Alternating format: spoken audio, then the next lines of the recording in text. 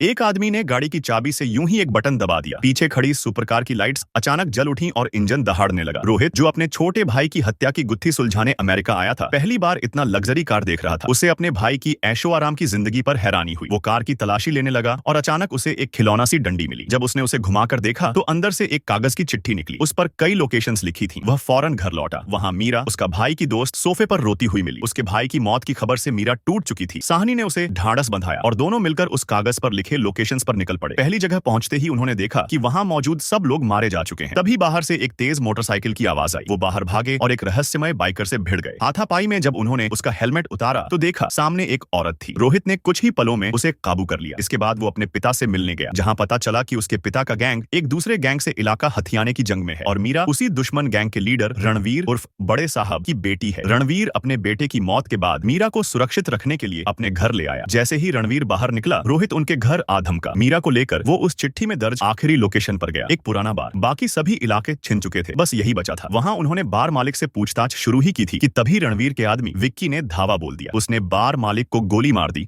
और बार पर कब्जा कर लिया। बाद में विक्की ने रणवीर से मुलाकात की और कहा कि अब ये सारे इलाके सिर्फ उसके होंगे। वो अब किसी का छोटा नहीं, खुद बॉस बनेगा। उसने मीरा को भी सामने लाने को कहा और यह खुलासा किया कि रणवीर का बेटा उसकी ही गोली का शिकार बना। रणवीर गुस्से में विक्की से भिड़ गया, लेकिन विक्की ने उसे गोली मार दी। दोनों गैंग्स में फौरन घमासान शुरू हो गया। रणवीर के आदमियों ने जायदाद के कागजात लेकर भागने की कोशिश की, मगर विक्की ने पीछा करके उन्हें गोली मार दी। कागज जमीन पर गिर पड़े। तभी रोहित वहां आ पहुंचा और विक्की से पूछा कि क्या वही उसके भाई का कातिल है। विक्की ने कहा, तुम लोग तो बस एक दूसरे को मारते रहोगे, और तुरंत रोहित पर बंदूक तान दी। इस जानलेवा पल में मीरा ने एंट्री मारी, 3 गोलियों में विक्की को खत्म कर दिया। इसके बाद रोहित अपने भाई के बॉडीगार्ड को ढूंढने निकला, जिसने आखिरकार सच बताया। वही असली कातिल था। उसे लगता था कि रोहित का भाई लीडर बनने के काबिल नहीं था, असली लीडर वही है। दोनों के बीच जबरदस्त लड़ाई शुरू हुई। दोनों बराबरी के थे, कोई किसी पर भारी नहीं पड़ा। फिर बॉडीगार्ड ने धोखा देकर जोर से लात मारी। रोहित ने हाथ से जलता हुआ पाइप रोका और उसे पकड़कर दूर फेंक दिया। तभी उसे जैसे होश आ गया। उसने अपनी शर्ट उतारकर हाथ में बांधी और तैयार हो गया आखिरी वार के लिए। बॉडीगार्ड छलांग लगाकर उस पर टूटा, लेकिन रोहित हवा में उछलकर उस पर भारी पड़ा। एक ही जबरदस्त किक में उसका काम तमाम कर दिया। आखिरकार उसने अपने भाई की मौत का बदला ले लिया। कहानी यहीं खत्म होती है।